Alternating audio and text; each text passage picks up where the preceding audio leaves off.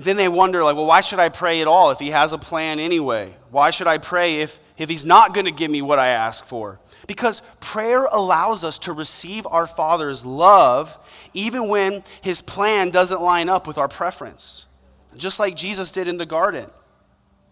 If you try to understand Jesus praying in the garden on a purely rational level, it seems crazy.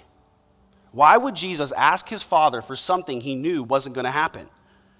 Well, it does seem crazy if you think about Jesus like he's a robot. But he wasn't a robot. He was a human being with desires and with passion and with feelings, and that's a part of who we are. And so if we remember that Jesus was a real person and not a robot, then his prayer makes perfect sense.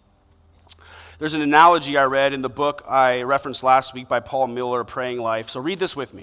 It says, on 9/11, the intense heat of the fire in the World Trade Center made it impossible for those trapped by the flames to descend, but also impossible to stay where they were.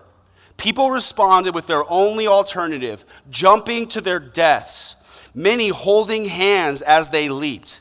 You have to ask, what's the point of holding hands? They knew they were going to die whether or not they were holding hands. But life is more than logic.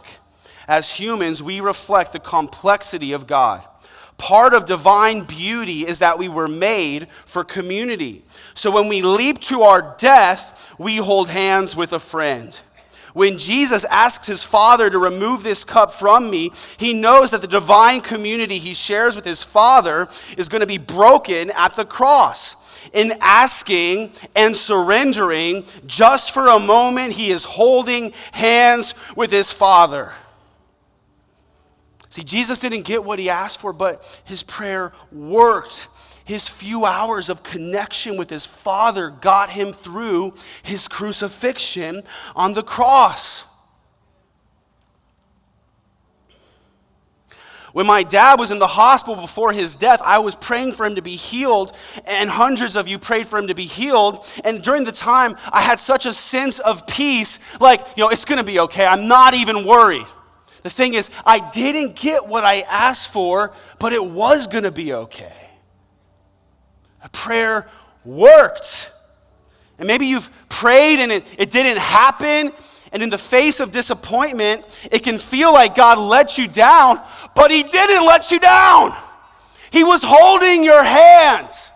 That's why it's worth praying. That's why prayer works no matter what every time, because it puts you hand in hand with the person who can lead you through the valley of the shadow of death. Prayer always works. If you ask and believe, you will always receive. You might not receive what you want, but you'll always receive what you need. Prayer allows us to experience God's love every time. Sometimes his love gives us what we ask for.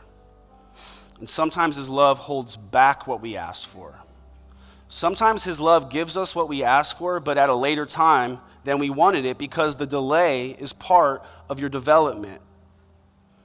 Sometimes his love lets us stay in the belly of the whale, because that circumstance, as scary and uncomfortable as it may be, is what will take us where we need to go. You just need to ask your Father like a child. You need to believe that he can and know he is good. You need to delight in the Lord and align with his heart and seek his will above all else, because prayer works. Amen?